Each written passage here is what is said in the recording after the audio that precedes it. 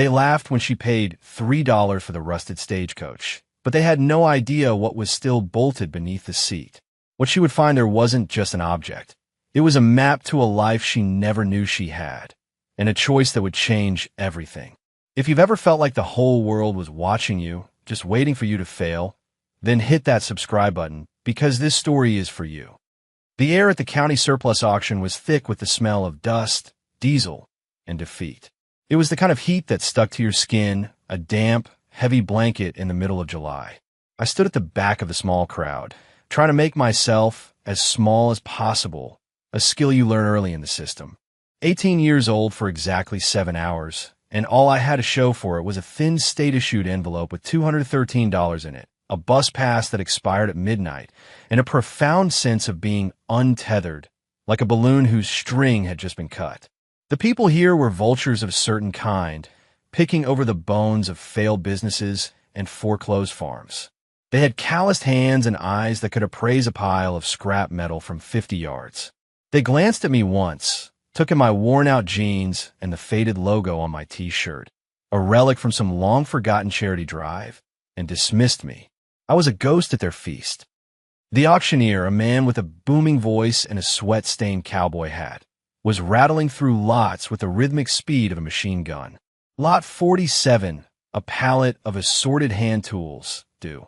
I hear 20, 20, 20, got 20, now 25, 25. I wasn't here for tools or tractors. I was here for Lot 62, the final item on the manifest, described in stark, unappealing terms. 1-1, non-functional historical vehicle, severe corrosion, sold as is, for scrap or decorative purposes only. I had seen it when I arrived, pushed off to the side of the dusty yard, looking like a shipwreck beached on a sea of gravel. It was a stagecoach, or what was left of one. The wood of its body was splintered and gray, the iron frame bleeding rust down its skeletal wheels. The leather on the driver's bench was cracked into a mosaic of black canyons, and the once proud suspension straps drooped like tired muscles. It was an object of profound and absolute neglect. It was perfect. My grandmother, Rose, was the only real family I ever knew. She'd passed 2 years ago, a quiet fading in a state-run nursing home, leaving me to finish my sentence in a group home an hour away. She never had much, but she had stories. And her favorite stories were about the coach. It wasn't always junk, Ilera, she told me, her voice a papery whisper. It was a promise. It carried our family west, carried them away from bad men and bad luck. It's got good bones. Strong bones. When I was little, I thought she meant it was a magic coach. As I got older, I understood it was just a metaphor for resilience. But after she was gone, the stories were all I had left of her. A week before my 18th birthday, a letter arrived from a law office I'd never heard of. It was a sterile, formal notice that my grandmother's final effects, having been unclaimed from county storage, were being sent to public auction. There was an itemized list, a box of chip china, a threadbare armchair, and Lot 62. All right, folks, last item of the day, the auctioneer bellowed, gesturing toward the derelict coach. A ripple of amusement went through the crowd. A few men chuckled, nudging each other. Lot 62, the genuine, bona fide, straight from the history books wreck. Good for planting petunias in, or maybe for scaring the crows. Let's start the bidding at, let's say $5 for the scrap iron. Do I hear 5? Silence. A man in greasy overalls snorted. You'd have to pay me 5 to haul it away, he said, and a few others laughed in agreement. The auctioneer's face didn't change. He was a professional. All right, $1 then. $1 to start. $1, a single George Washington for this piece of American history. My heart was a frantic drum against my ribs. This was it. This was my one chance to hold onto the only piece of her that was left. I took a deep breath, the dusty air scraping my lungs, and raised a trembling hand. $1, I said. My voice was smaller than I wanted it to be, a mouse squeaking in a room full of lions. Every head turned. The laughter died, replaced by a kind of confused pity. They saw a skinny kid with scared eyes bidding on a pile of rust. They probably thought I was simple. The auctioneer squinted at me. "I've got $1 from a young lady in the back." "Do I hear two?" $2. A man standing near me, with a kind, weathered face under a John Deere cap, looked at me and shook his head slowly, a silent warning. "Don't waste your money, kid." But it wasn't just money. It was a story. It was a promise. Someone from the other side of the crowd, a burly man with a smirk, called out, $2. He was doing it for sport, to see the kid squirm. My stomach twisted. I had a plan, and my plan hadn't accounted for a bully. "3," I called out, my voice cracking on the word. The man laughed, a loud, barking sound. "She really wants it. Let her have it." He made a grand, sweeping gesture of concession. The auctioneer didn't miss a beat. $3 once. $3 twice. "Sold." To the young lady for $3. The gavel cracked like a gunshot, and just like that, I was the proud owner of a 2-ton pile of history and rust. The crowd dispersed quickly, the men climbing into their dusty pickups, hauling away their practical, useful winnings.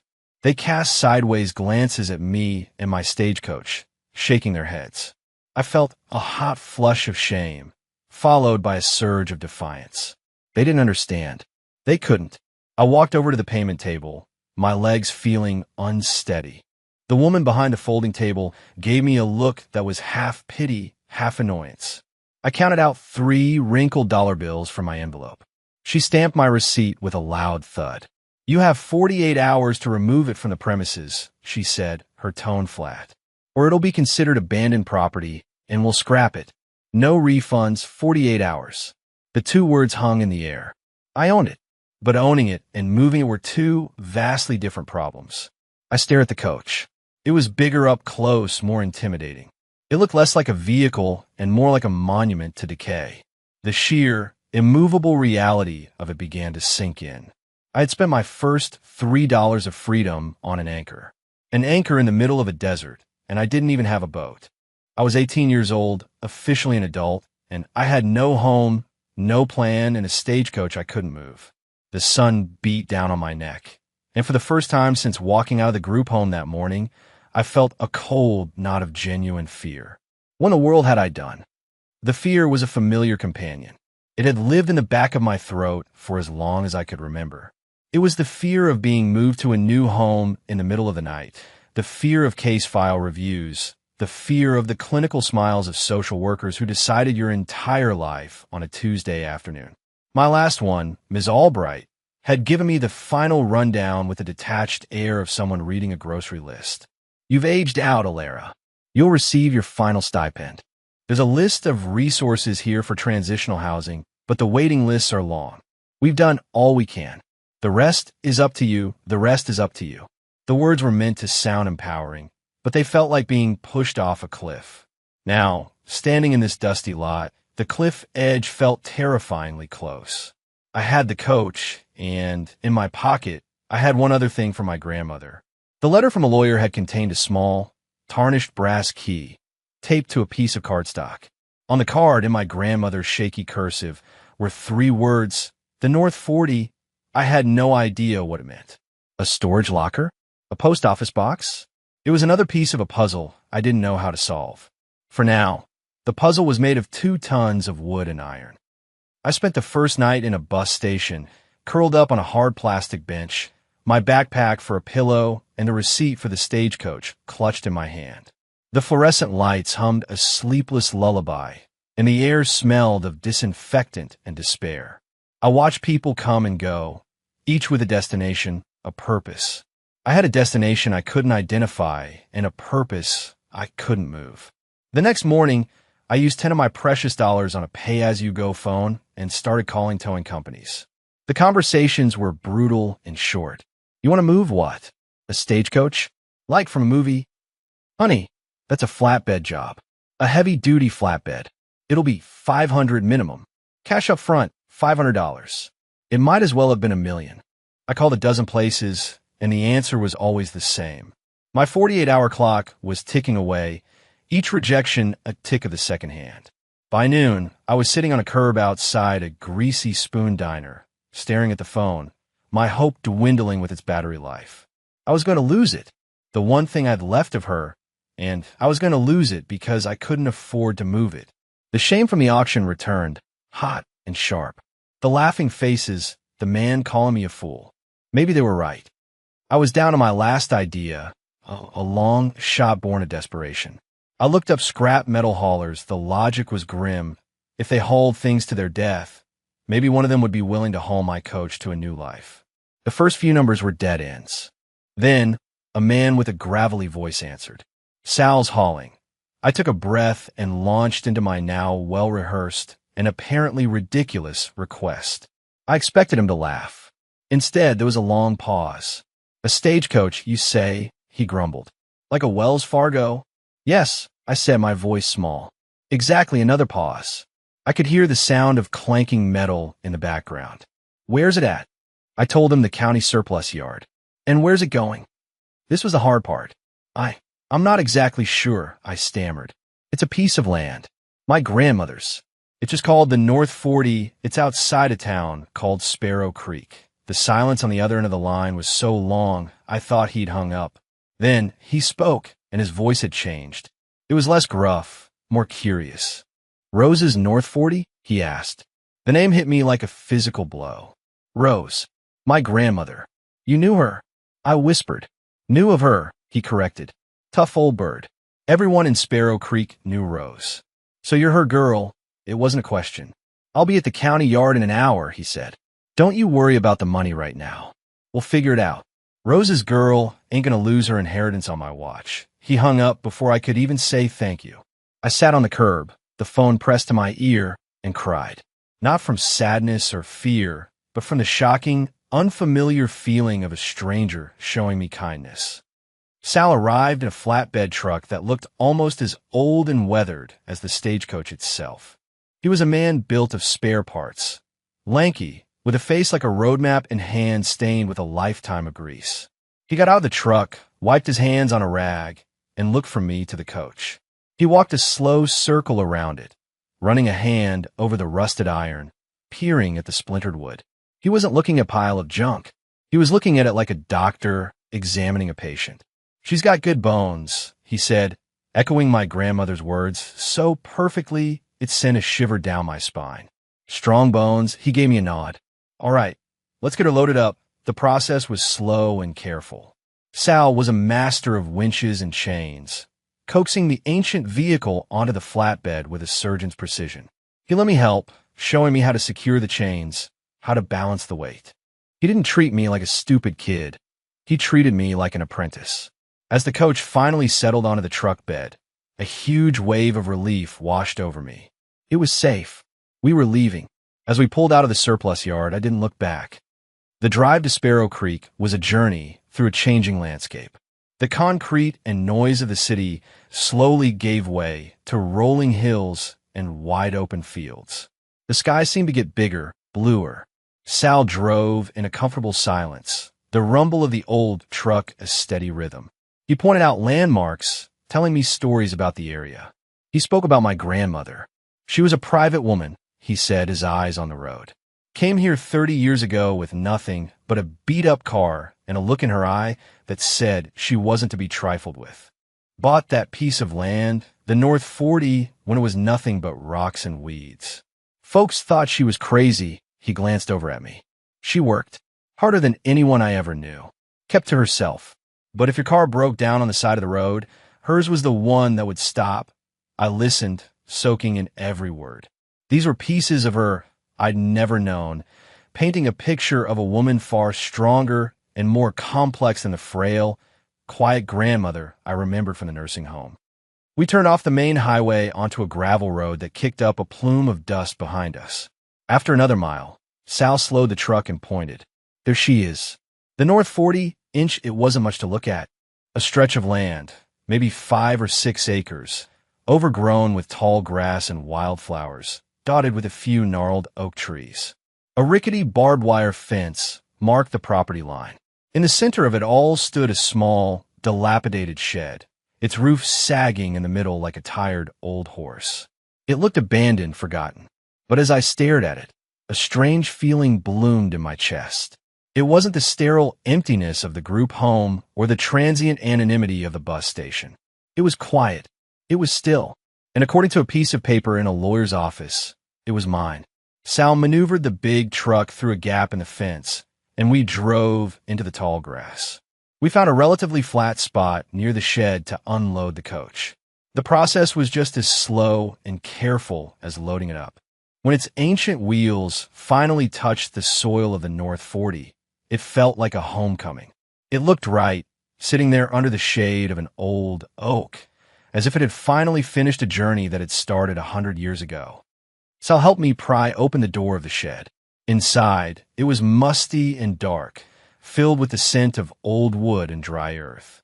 A few dusty gardening tools leaned against a wall, and a simple wooden workbench stood under a grimy window. It wasn't much, but it was shelter. "Well," Sal said, clapping the dust from his hands. "She's home." He looked at me, his expression serious. "You got a place to sleep?" I shook my head. He sighed, then pointed to a small cot folded up in the corner of the shed. "Rose kept that in here for when she worked late. It's not much, but it's better than the ground." He reached into his truck and pulled out a dusty sleeping bag and a small cooler. "Some water and a few sandwiches. It'll get you through the night." I was overwhelmed. "Sal, I can't pay you for any of this yet." He just waved a dismissive hand. "I told you we'd figure it out. You get yourself settled. Rose's girl is good for it." He climbed back into his truck, gave a short honk of the horn, and rumbled back down the gravel road, leaving me alone in the sudden, deafening quiet. Just me, a shed, and a stagecoach, standing silent vigil in a field of weeds as the sun began to set. That night, I didn't sleep on the cot. I slept in the stagecoach. I swept out the thickest layers of dust and leaves from the interior, laid down the sleeping bag on one of the passenger benches, and curled up inside. The air was cool and smelled of old leather and dry wood. Through the small, grimy window, I could see 1,000 stars, more than I'd ever seen in the city. I felt a profound sense of peace. This was real. This was mine. My grandmother had wanted me to have this. I didn't know why yet, but I was here. The next morning, I woke with the sun, stiff and sore, but filled with a strange new energy. A purpose. The stagecoach. I needed to know it to understand it. I spent the entire day cleaning it. It was slow, methodical work. I hauled water in a rusty bucket from a spigot I found behind a shed. I started with the exterior, scrubbing away decades of grime. Underneath the dirt, I found faint traces of deep blue paint, and on the door, a barely visible ghost of a name, hand-painted in what might have once been gold leaf, the North Star. The name resonated deep within me. The North Star. A guide. A fixed point in a changing sky. My grandmother had never mentioned a name. As I worked my way to the interior, my hands grew raw. The inside was a time capsule of decay. The upholstery on the benches was horsehair, crumbling to the touch. I found an old, rusted buckle, a single petrified acorn, and a button made of bone. Each object felt sacred. I ran my hands over every surface, feeling the grain of the wood, the cold of the iron. I was searching for something, though I didn't know what. A clue, a sign from her. My search eventually led me to the driver's bench. It was a simple, hard plank of wood covered in that cracked black leather. I brushed away the dust, my fingers tracing the deep splits. And then I felt it. Underneath the seat, on the passenger side, my fingers brushed against the cold, hard edge of a metal plate. It wasn't part of the coach's structure. It was an addition. I knelt down, my heart starting to beat a little faster, and peered into the shadows under the bench. It was a flat, rectangular steel plate about the size of a shoebox lid, held in place by 4 thick, rusted bolts. It was deliberately hidden, flush with the floorboards. It wasn't a compartment. It was a seal. And beneath it, something was waiting. My first thought was that it was a toolbox or some kind of structural repair. But the placement was too deliberate, too hidden. This wasn't a standard feature. I tried to turn one of the bolts with my fingers, but it was fused solid with rust. It hadn't been opened in a very, very long time. I scrambled back to the shed, my mind racing. I rummaged through the pile of old tools, my hands shaking slightly. I found a heavy, rust-pitted wrench. It was the only thing that looked like it might have a chance. For the rest of the day, I fought with those bolts. I wedged the wrench onto the first one and threw all my weight into it. Nothing. The metal groaned in protest, but it didn't budge. I tried again and again, my muscles screaming, sweat dripping into my eyes. This was more than just a rusted bolt. It felt like a test. A lock her past had placed on a secret. The sun beat down, and the only sounds were the buzz of insects and the grating scrape of metal on metal. Hours passed. My hands were blistered and bleeding. My arms ached with a deep, burning fire. I was exhausted, frustrated, and on the verge of giving up. I slumped against the wheel of the coach, defeated. I looked out over the overgrown field at the sagging shed. It would be so easy to just stop, to walk away. But then I thought of my grandmother's voice, papery and thin, but with a core of steel. It's got good bones. Strong bones. She wasn't just talking about the coach. That thought gave me a new surge of strength. I went back to the shed and found a small can of penetrating oil. I soaked the bolts, letting the oil seep into the threads, a dark stain spreading around each one. I waited. An hour. Then I went back with the wrench. I fitted over the first bolt, took a deep, steadying breath, and pulled. There was a hideous, screeching groan, a sound like tearing metal. And then, with a sudden, jarring pop, the bolt gave way. It moved, just a fraction of an inch, but it moved. A wild, triumphant laugh escaped my lips. I had done it. 1 down, 3 to go. The other 3 were just as stubborn, each one a battle of will. But now I knew it was possible. I worked as the sun sank lower, casting long shadows across the field. Finally, with a last, shuddering complaint, the 4th bolt came free.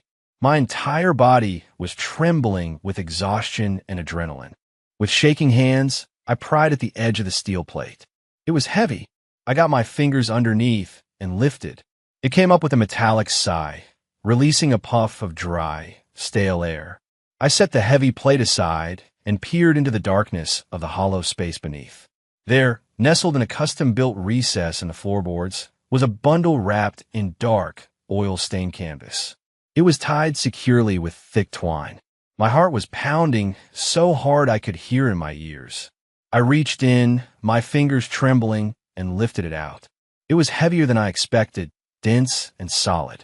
I carried it out into the last light of the setting sun, sat on the ground with my back against the coach's wheel, and began to untie the knots. The twine was old and stiff, but the knots eventually came loose. I unfolded the canvas, layer by layer. The final flap fell away, and I just stared. I couldn't breathe. Inside was a stack of money. Old bills, tightly bound in paper bands.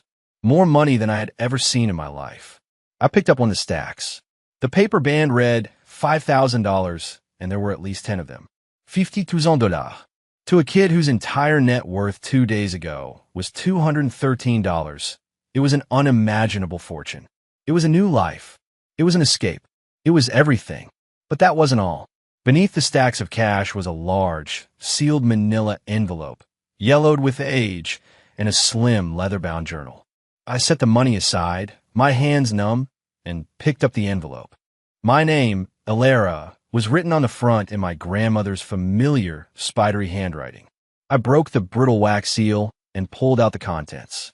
There was a thick sheaf of papers, held together with a rusty paperclip. The top page was a deed to the 6 acres of land I was currently sitting on, the North 40. It was in her name, Rose Abernathy, paid in full 30 years ago. And tucked behind it was another document, a legal transfer of title, signed and notarized, gifting the property to one Elara Vance upon her 18th birthday. It was all mine. The land, the shed. It was real. The last thing in the envelope was a letter. Several pages, filled with her handwriting. I unfolded it, my heart aching with a mixture of grief and love. My dearest Elara, it began. If you are reading this, then you have found your way home, and you are old enough to know the truth. I am sorry for the secrets I had to keep. I did it to protect you. Our family doesn't have a history, not a real one. We have a trail of running. The man my grandmother ran from, your great-great-grandfather, was not a good man. He was powerful and cruel, and he believed that everything and everyone belonged to him. The North Star, this coach, was her escape. She took her children and fled in the dead of night with nothing but what she could carry. She drove it until the wheels nearly fell off, and then she sold the horses and bought a small piece of land far away where he could never find them. That became our way. When trouble came, we ran. We changed our names. We started over. We never owned anything that we couldn't leave behind at a moment's notice. It was a life of ghosts. I had to stop reading, my vision blurred with tears. A life of ghosts. That's what I had been. Shuffled from one house to another, never putting down roots, never belonging anywhere. It wasn't just the system. It was in my blood. I continued reading. I was the first one who decided to stop running. I wanted to build something that would last, something that no one could take from us. I found this piece of land, this forgotten corner of the world, and I bought it. With every dollar I ever saved. I worked 3 jobs a lira. I cleaned houses, I waited tables, I mended clothes. And every spare penny went into this land and into the box under the seat of the coach. I wanted you to have an anchor, a place to stand your ground. But the old trouble found me, just in a new form. A development company, Westwind Properties, wants this land. They want to build luxury houses. They found a loophole, an old zoning law, and have been trying to force me out for years with legal fees and tax challenges. I fought them as long as I could, but I was old and I was tired. The fight is not over. They will come for this land. They will tell you it is worthless. They will offer you pennies for it. They will threaten you. In this bundle, you will find all the money I saved. It is $50,000. It is your inheritance. You can take it and run. Start a new life, a safe life, just like our family has always done. No one would blame you. It is enough to disappear and be comfortable. Or you can stay. You can use the money to fight them. You can hire a lawyer. You can save this place. You could be the one who finally stops running. The choice is yours, my brave girl. The coach brought our family to safety. I hope it has brought you to a home. All my love, Grandma Rose. I sat there, the letter trembling in my hands as the last light faded from the sky. The world had tilted on its axis. My grandmother wasn't just a quiet old woman in a nursing home. She was a warrior. She had spent her entire life fighting a quiet, desperate battle for me, for this piece of land. The $50,000 wasn't just money. It was her life, her sweat, her aching bones, her tired years, all converted into paper and ink and hidden away from me. And she had left me with a choice that felt like it weighed more than the stagecoach itself. Take the gift and run, or take up the fight. I cried. I cried for the grandmother I never truly knew. I cried for her loneliness, her sacrifice. I cried for the scared little girl inside of me who wanted nothing more than to take that money and find a small, safe apartment somewhere far away where no one knew my name. And I cried because I knew, with a certainty that settled deep in my bones, that I couldn't run. Running was the family legacy. My grandmother had died trying to break it. I couldn't be the one to let her down. The next few days were a blur of shock and grief-fueled determination. I read her journal, the slim leather book. It was a record of her fight.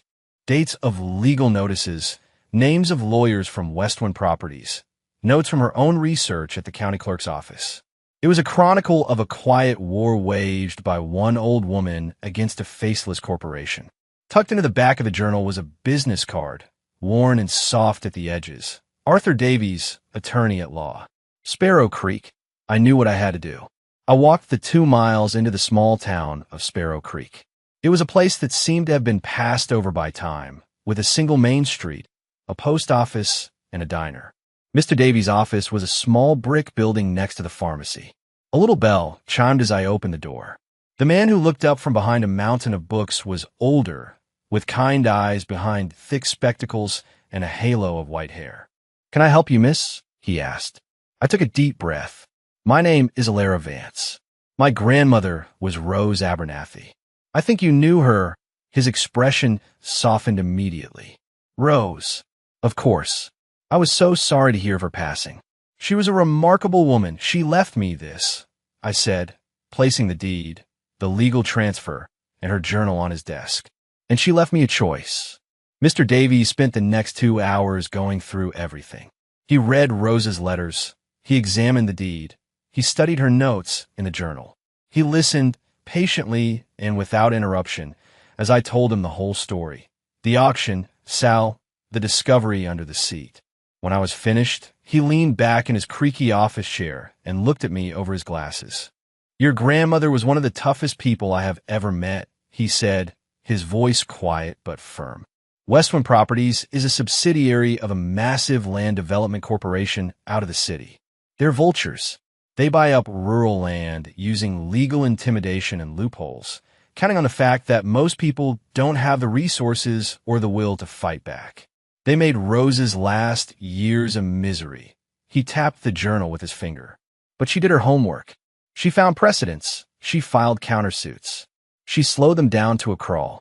They were waiting for her to die, assuming the property would be absorbed by the state and they could pick it up for pennies and back taxes. "She left me money," I said. "Enough to fight them," she said. Mr. Davies nodded slowly. "It is. $50,000 is a considerable war chest for a case like this. But I want you to be very clear, Ilera. This won't be easy. They will play dirty. They have teams of lawyers. It will be stressful, and it will be expensive. You have another option. You could sell. With a clear title, even with their claims, you could probably get $100,000 for the land from a rival developer. You could walk away with a clean slate and a lot of money." He was offering me the same choice my grandmother had. The easy way out. The sensible path. I looked down at my hands, still raw and blistered from fighting with the bolts on the coach. I thought of my grandmother working 3 jobs, saving every single dollar.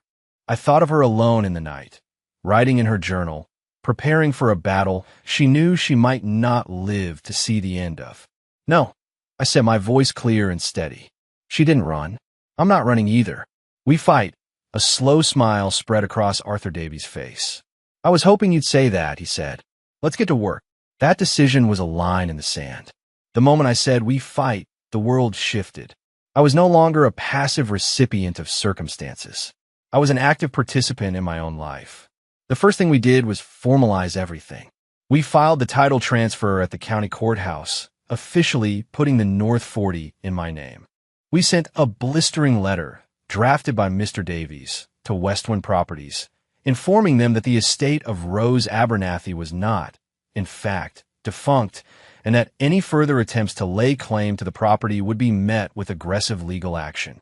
Their response was swift, a letter from their legal team, full of complicated jargon that boiled down to a simple message: we are not backing down. The war my grandmother had been fighting was now officially my own. Mr. Davies was my general, but I was the soldier on the ground. I used a small portion of the money to open a bank account, to buy a new phone, and to pay Sal. When I drove out to his workshop and handed him a thick envelope of cash, he tried to refuse it. "I told you, we'd work something out," he protested. "We just did," I said. "Thank you, Sal. You were the first person who helped me." He took the money, but I knew it wasn't about that for him. He just nodded and said, "You ever need anything, Rose's girl, you know where to find me." Life on the North 40 took on a new rhythm.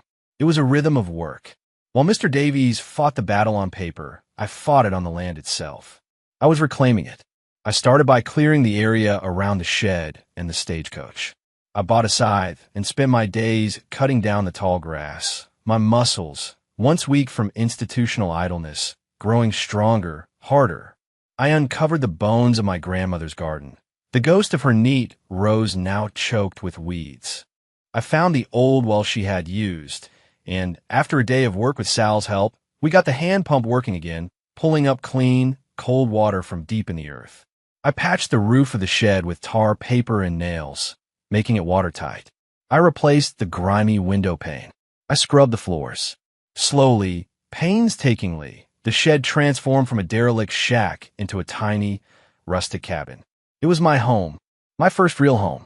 The stagecoach, the North Star, was my constant companion.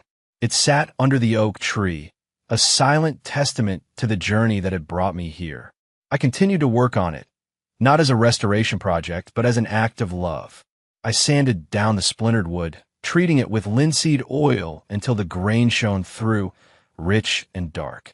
I scrubbed the rust from the ironwork, polishing it until it gleamed. I wasn't trying to make it new. I was trying to honor its age, its history. Its scars were part of its story. My story. The town of Sparrow Creek began to open up to me. At first, people had been wary. I was an outsider, a mystery. But they saw me working. They saw the smoke from my small cooking fire. They saw the land slowly being tamed. The woman who ran the diner, a kind, bustling woman named Martha, started saving me a plate of leftovers at the end of the night. The man at the hardware store gave me a discount on nails. People who remembered Rose would stop by the fence line. Your grandma was a good woman, an old farmer told me one afternoon. She once pulled my truck out of a ditch in a snowstorm. Wouldn't take a dime for it. Each story was a gift, another piece of the puzzle of who she was. I wasn't just Rose's girl anymore. I was Alara, and this was my place. The legal battle dragged on, just as Mr. Davies had predicted. Westwind sent surveyors who tried to trespass on my property. I stood at the fence line, my heart pounding, and told them to leave, citing the legal notice Mr. Davies had filed. They left. They sent more letters, thicker and more intimidating. I took them straight to Mr. Davies, and we would draft a response. It was a slow, grinding war of attrition, but I wasn't afraid anymore. The fear had been burned away by the sun and the hard work. I had a home to fight for. I had a purpose. I had my grandmother's legacy to protect. And I had the North Star, my $3 Stagecoach, to remind me every day that the things people throw away are sometimes the most valuable things of all. Months turned into a year. The seasons changed on the North 40. I watched the summer wildflowers give way to the golden grasses of autumn, and in the stark, beautiful silence of winter snow. I had reinforced the shed, installed a small wood-burning stove, and I was warm and safe. The legal fight was nearing its end. Mr. Davies, through meticulous research, had found the original town charter from the 1880s. It contained a homestead preservation clause that had never been repealed. It stated that any property under 10 acres that had been continuously worked or lived on for more than 20 years could not be forcibly rezoned for commercial development. My grandmother's 30 years of quiet, stubborn existence on this land, her garden, her shed, it was all the proof we needed. Westwind's case was built on a modern zoning law that, as Mr. Davies argued, was superseded by the town's own founding charter. It was a brilliant piece of legal archaeology. The final court date was set. I walked into the county courthouse with Mr. Davies, no longer the scared kid from the auction, but a young woman who knew the weight of her own name. The lawyers from Westwind were slick and confident in their expensive suits, but when Mr. Davies presented his findings, the judge, an old woman with a no-nonsense expression, listened intently. She read the old charter. She looked at the years of tax receipts from my grandmother. She looked at me. The ruling was simple.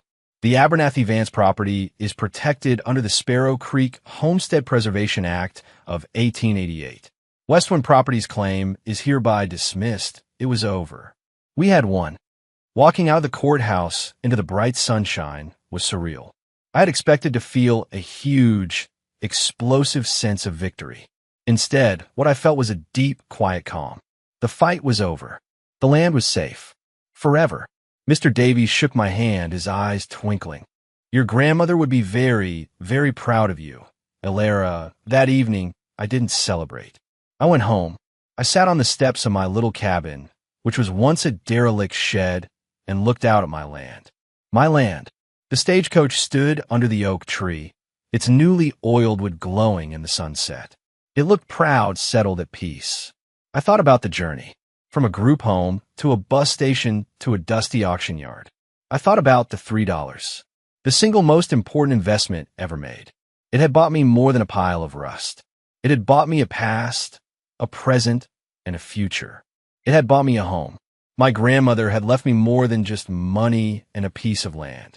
She had left me a legacy of strength. She had given me the chance to break the family pattern, to stop running, and to put down roots. The inheritance wasn't the cash hidden in the floorboards. The inheritance was the choice she gave me, the choice to stand and fight. My story started with a $3 bet on a piece of junk that everyone else had laughed at. What it taught me is that true value is rarely on the surface. It's hidden in old stories, in rusted-shut compartments, in the sacrifices of the people who came before us. It taught me that home isn't just a place you were given. It's a place you choose, a place you build, and sometimes a place you have to fight for. The North Star doesn't look like a promise anymore. It looks like a fact. It's the anchor my grandmother always wanted for us, a permanent, solid piece of our history that can never be taken away. And I am no longer a ghost. I have a name, a home, and a community. I am the girl who stopped running. If this story meant something to you, if you believe in second chances and the power of fighting for what you believe in, subscribe to the channel. And I want you to share your story in the comments below. Tell me about the time you bet on something everyone else thought was worthless. Tell me about what home means to you. I read them all, because we are all, in our own way, just trying to find our way home. And sometimes, the journey starts with the most unlikely key, a piece of forgotten history, and a choice to see the value in what everyone else has thrown away.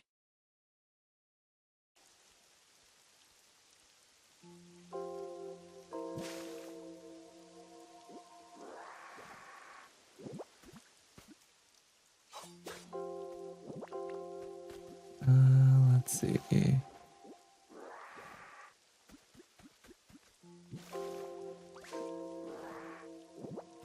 Right.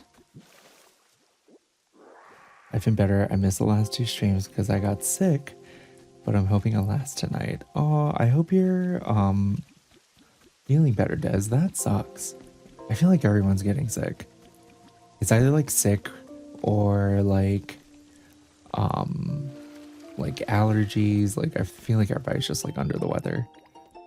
We got a print. Also, thanks for the likes, Hannah. Good to see you. How have you been? Well, yesterday was rough because my allergies were so bad. I like couldn't stream as long as I wanted, which was kind of a bummer, but they've been a lot better today, thankfully.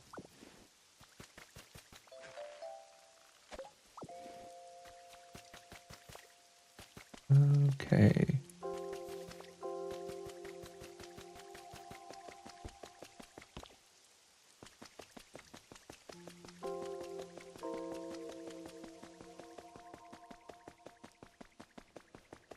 I wonder if we have any. No, we don't. Okay.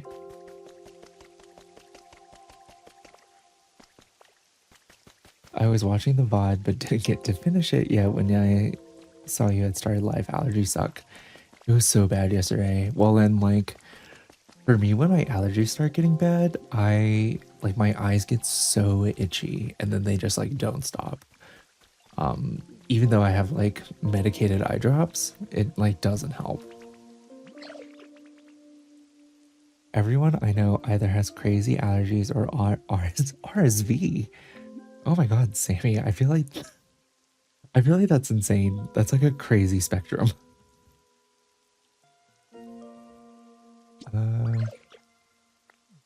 Okay, I guess we're gonna be shadowboxing. Crazy that they put this game in here.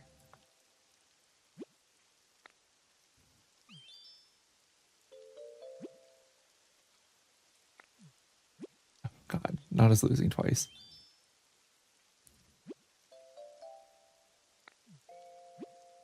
And we lost 3 times in a row. Hey, question mark, how's it going? Good to see you.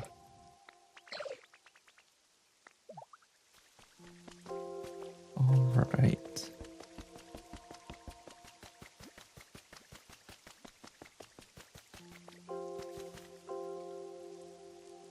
Ooh, there's something up there. I forget that we have magnet rise so that we can just like go anywhere now.